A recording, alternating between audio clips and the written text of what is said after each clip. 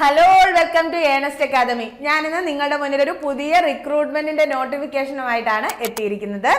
Bharat electronics നമ്മുടെ defence മിനിസ്ട്രിയുടെ ഒരു enterprise ആണ്, ഒരു നവരത്ന PSU ആണ്, പബ്ലിക് സർവീസ് അണ്ടർടേക്കിങ്ങിലുള്ള PSU ആണ്. BEL എന്ന് പറയുന്നത് വളരെ റെപ്യൂട്ടഡ് ആയിട്ടുള്ള ഒരു ഇൻസ്റ്റിറ്റ്യൂഷൻ ആണ്. അപ്പോൾ ഇവിടെ recruitment trainee engineer, project engineer 2 പോസ്റ്റുകളിലേക്കാണ് വിളിച്ചേക്കുന്നത്. നല്ല വേക്കൻസി ഉണ്ട്.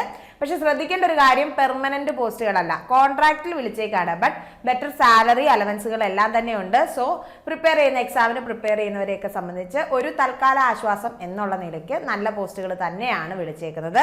നമുക്കപ്പം നോക്കാം. ഫസ്റ്റ് നമ്മൾ മനസ്സിലാക്കേണ്ടത് ഗസിയാബാദ് യൂണിറ്റിലേക്കാണ് വിളിച്ചേക്കുന്നത്, കേരളത്തിലേക്കൊന്നും അല്ല. ബട്ട് ഗസിയാബാദ് യൂണിറ്റ് ആണ് എങ്കിലും ഗസിയാബാദിൽ പോയി വർക്ക് ചെയ്യുക എന്നുള്ളതല്ല. BELകാർ എവിടോട്ടാണോ നിങ്ങളെ പറഞ്ഞു വിടുന്നത് ആ യൂണിറ്റിൽ പോയി വർക്ക് ചെയ്യണം. അത് ഇന്ത്യയിൽ എക്രോസ് ആയിട്ട് ഈവൻ ആൻഡമാൻ ആൻഡ് നിക്കോബാറിൽ പോർട്ട് ബ്ലെയർ വരെ ഉണ്ട്, നമ്മുടെ ലൊക്കേഷൻ ആയിട്ട് വരുന്നുണ്ട്. അപ്പം ഇവിടെ എവിടെ വേണമെങ്കിലും നിങ്ങൾക്ക് പോസ്റ്റിംഗ് കിട്ടാവുന്നതാണ്. ഇനി നമ്മൾ നോക്കേണ്ടത് വേക്കൻസി ആണ്. അപ്പോൾ ട്രെയിനി എഞ്ചിനീയറിന്റെ നമുക്ക് ആദ്യം നോക്കാം. ട്രെയിനി എഞ്ചിനീയർക്ക് മെക്കാനിക്കലിന് 35 വേക്കൻസി, ഇലക്ട്രോണിക്സിന് 112 വേക്കൻസി ഉണ്ട്, കമ്പ്യൂട്ടർ സയൻസ് 25, സിവിലും ഇലക്ട്രിക്കലും 4 വീതം വേക്കൻസി ആണുള്ളത്. നമ്മുടെ ക്വാളിഫിക്കേഷൻ ശരിക്കും BE BTech അല്ലെങ്കിൽ BSc ഇത് മാത്രം മതി. 4 ഇയേഴ്സ് റെഗുലർ ആയിട്ട് ഉണ്ടായിരിക്കുന്ന ഒരു BTech മാത്രം മതി. പ്ലസ് 55% മിനിമം മാർക്ക് ഉണ്ടായിരിക്കണം. അതാണ് ആകെയുള്ളൊരു എഡ്യൂക്കേഷണൽ ക്വാളിഫിക്കേഷൻ.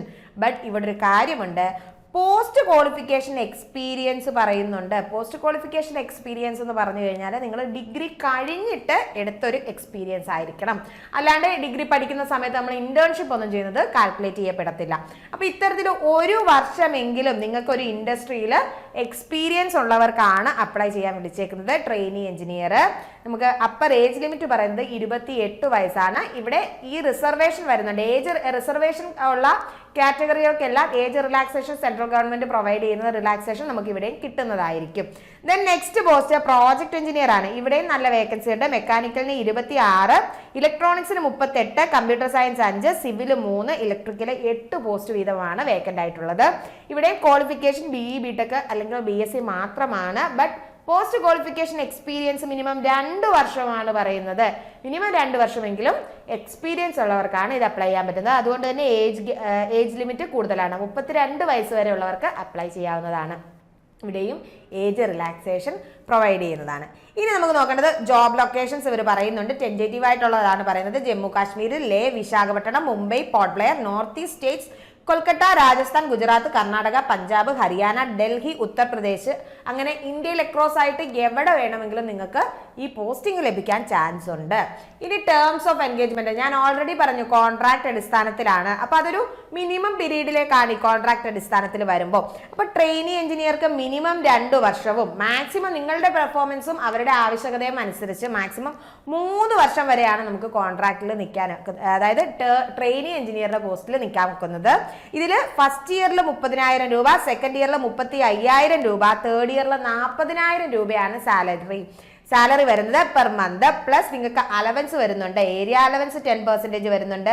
പിന്നീട് 12,000 രൂപ insurance, premium allowance, stitching charges, അങ്ങനെയുള്ള കുറെ കാര്യങ്ങൾക്കായിട്ട് ഒരു ഇയറിൽ പെർ ആനം 12,000 രൂപയും വരുന്നുണ്ട്. അപ്പൊ ഇത്തരത്തിലുള്ള അഡീഷണൽ അലവൻസുകൾ ഉണ്ട്. പ്ലസ് നമ്മുടെ ഒരു മിനിമം സാലറിയും ഉണ്ട്. ഇനി നമുക്ക് പ്രോജക്ട് എഞ്ചിനീയറിനെ നോക്കിയാൽ, പ്രോജക്ട് എഞ്ചിനീയർക്ക് ഫസ്റ്റ് ഇയറിൽ 40,000, സെക്കൻഡ് ഇയറിൽ 45,000, തേർഡ് ഇയറിൽ 50,000, ഫോർത്ത് ഇയറിൽ 55,000 വരെയാണ് സാലറി വരുന്നത്. പ്ലസ് അലവൻസുകളും വരുന്നുണ്ട്. അപ്പൊ ഇവിടെ ശ്രദ്ധിക്കേണ്ടത്, പ്രോജക്ട് എഞ്ചിനീയർ ആണെങ്കിൽ മിനിമം 3 ഇയർ ആണ്. സ്റ്റാർട്ടിങ്ങിൽ 3 ഇയറിലേക്കായിരിക്കും നിങ്ങളുടെ എൻഗേജ്മെന്റ് വരുന്നത്.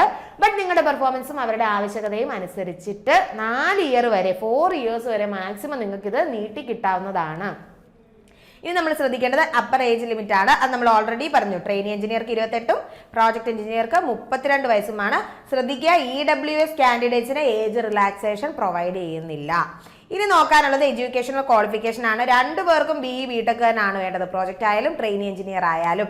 ഇവിടെ ശ്രദ്ധിക്കാനുള്ളത് ഇലക്ട്രോണിക്സ് എന്ന് പറഞ്ഞു. അപ്പോൾ ഇലക്ട്രോണിക്സ് എന്ന് പറഞ്ഞു കഴിഞ്ഞാൽ നമുക്ക് ഇലക്ട്രോണിക്സ് ആവാം, ഇലക്ട്രോണിക്സ് ആൻഡ് കമ്മ്യൂണിക്കേഷൻ ആവാം, ഇലക്ട്രോണിക്സ് ആൻഡ് ടെലികമ്മ്യൂണിക്കേഷൻ ആവാം, അല്ലെങ്കിൽ ഇലക്ട്രോണിക്സ് ആൻഡ് ഇൻസ്ട്രുമെന്റേഷൻ ആവാം. ഈ സ്ട്രീമുകൾ എവിടെങ്കിലും BTech ഉള്ളവർക്കെല്ലാം തന്നെ അപ്ലൈ ചെയ്യാം.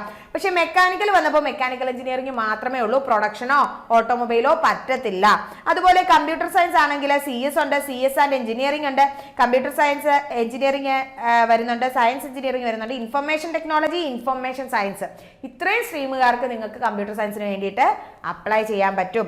സിവിലുകാർക്ക് സിവിൽ എഞ്ചിനീയറിംഗ് പഠിച്ചവർക്ക് മാത്രമേ പറ്റൂ. ഇലക്ട്രിക്കൽ ആണെങ്കിൽ ഇലക്ട്രിക്കലും പറ്റും. ഇലക്ട്രിക്കൽ ആൻഡ് ഇലക്ട്രോണിക്സ് എഞ്ചിനീയറിംഗ്, ഈ 2 സ്ട്രീമുകാർക്കും ഇലക്ട്രിക്കൽ പോസ്റ്റുകളിലേക്ക് അപ്ലൈ ചെയ്യാൻ പറ്റുന്നതാണ്. ഇനി ശ്രദ്ധിക്കാനുള്ളത് പോസ്റ്റ് ക്വാളിഫിക്കേഷൻ എക്സ്പീരിയൻസ്. നമ്മൾ ഓൾറെഡി പറഞ്ഞു, ട്രെയിനിങ് എഞ്ചിനീയർക്ക് മിനിമം 1 ഇയറും പ്രോജക്ട് എഞ്ചിനീയർക്ക് മിനിമം 2 ഇയേഴ്സും പോസ്റ്റ് ക്വാളിഫിക്കേഷൻ എക്സ്പീരിയൻസ് ഉണ്ടായിരിക്കണം. ദെൻ സെലക്ഷൻ പ്രൊസീജിയർ എങ്ങനെയാണെന്നാണ്. നിങ്ങൾ എല്ലാവരും അപ്ലൈ ചെയ്യുക. അപ്ലൈ ചെയ്യുന്നവരിൽ നിന്ന് ഷോർട്ട് ലിസ്റ്റ്, ഒത്തിരി പേര് അപ്ലൈ ചെയ്തിട്ടുണ്ടെങ്കിലാണ് റിട്ടേൺ എക്സാം. പക്ഷേ ഇവർ ഓൾറെഡി റിട്ടേൺ ടെസ്റ്റ് പറയുന്നുണ്ട്, അപ്പോൾ ഒബ്വിയസ്ലി റിട്ടേൺ ടെസ്റ്റ് ഉണ്ടായിരിക്കും. അതിൽ ഷോർട്ട് ലിസ്റ്റ് ആവുന്നവർക്ക് ഇന്റർവ്യൂവും ഉണ്ടായിരിക്കും. എന്നിട്ട് ഇത് രണ്ടിന്റെയും കൂടെ മാർക്ക് കൂട്ടിയിട്ടായിരിക്കും ഫൈനൽ ലിസ്റ്റ് വരുന്നത്. അതിൽ സെലക്ഷൻ ടെസ്റ്റിന് 85% മാർക്കും ഇന്റർവ്യൂവിന് 15% മാർക്കും ആയിരിക്കും എടുക്കുന്നത്. ഇതിൽ സെലക്ഷൻ ടെസ്റ്റിൽ നിന്ന് ഇന്റർവ്യൂയിലേക്ക് ഷോർട്ട് ലിസ്റ്റ് ചെയ്യുന്നത് 1:5 റേഷ്യോയിലാണ്. അതായത് ഒരു വേക്കൻസി ഉണ്ടെങ്കിൽ 5 പേരെ ഷോർട്ട് ലിസ്റ്റ് ചെയ്യും ഇന്റർവ്യൂവിന്. അത്തരത്തിലായിരിക്കും ഇന്റർവ്യൂയിലേക്ക് ഷോർട്ട് ലിസ്റ്റ് ചെയ്യുന്നത്. ഇനി നമ്മുടെ ഷോർട്ട് ലിസ്റ്റ് ചെയ്യപ്പെട്ടവരുടെ നെയിമും അതുപോലെ ഇന്റർവ്യൂ ഡേറ്റും കാര്യങ്ങളും ഒക്കെ അവരുടെ സൈറ്റിൽ, BLന്റെ സൈറ്റിൽ തന്നെ പ്രൊവൈഡ് ചെയ്യുന്നതാണ് പറയുന്നത്. ഇനി നമുക്ക് നോക്കാനുള്ളത് എങ്ങനെ അപ്ലൈ ചെയ്യാമെന്നാണ്. PDF തന്നെ ഒരു ലിങ്ക് കൊടുത്തിട്ടുണ്ട്. jobapply.in/BL2022 നവംബർ GZB എന്ന് പറഞ്ഞിട്ടൊരു സൈറ്റാണ്.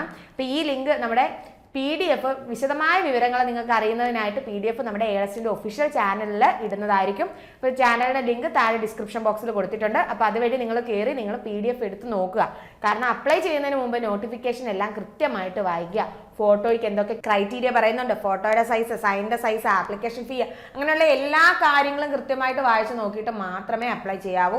ഈ ഇടയ്ക്ക് SSC എക്സാംസിന് പലർക്കും ഒരു അബദ്ധം പറ്റിയിട്ടുണ്ട്. കാരണം SSC എക്സാമിന് ഫോട്ടോയിൽ സ്പെക്ക് വെക്കരുത് എന്ന് പറഞ്ഞിട്ട് പലരും സ്പെക്ക് വെച്ച് ഫോട്ടോ അപ്ലോഡ് ചെയ്യുകയും ആപ്ലിക്കേഷൻ സ്റ്റാറ്റസ് ചെക്ക് ചെയ്യേണ്ട സമയത്ത് ചെക്ക് ചെയ്യാൻ മറന്നു പോവുകയും അങ്ങനെ അവരുടെ കാൻഡിഡേച്ചർ നഷ്ടപ്പെട്ടു പോവുകയും ചെയ്യുന്നൊരു വളരെ ദയനീയമായ സംഭവമൊക്കെ ഉണ്ടായിട്ടുണ്ട്. അപ്പോൾ അത്തരത്തിലുള്ള കാര്യങ്ങളൊന്നും ഉണ്ടാവാതിരിക്കാൻ നിങ്ങളുടെ ഉത്തരവാദിത്തമാണ് അപ്ലൈ ചെയ്യുന്ന സമയത്ത് എന്തൊക്കെയാണ് ക്രൈറ്റീരിയകൾ എന്നുള്ളത് ശ്രദ്ധിക്കുക എന്നുള്ളത്. അപ്പോൾ അത് നോക്കി തന്നെ അപ്ലൈ ചെയ്യാൻ എല്ലാവരും ശ്രദ്ധിക്കുക. ദെൻ ലാസ്റ്റ് ഡേറ്റ് പറയുന്നുണ്ട് 14 ഡിസംബർ 14 ലാസ്റ്റ് ഡേറ്റ്. അപ്പോൾ ലാസ്റ്റ് ഡേറ്റ് വരെ ഒന്നും പോകരുത്. നിങ്ങൾക്ക് ക്വാളിഫിക്കേഷൻ ഉണ്ടെങ്കിൽ ഉറപ്പായും നിങ്ങൾ അപ്ലൈ ചെയ്യാൻ മറക്കാതെ അപ്ലൈ ചെയ്യുക. അപ്പോൾ കൂടുതൽ വിവരങ്ങൾ നമ്മുടെ PDF നോക്കുക. പുതിയൊരു നോട്ടിഫിക്കേഷനുമായി വീണ്ടും കാണാം. താങ്ക്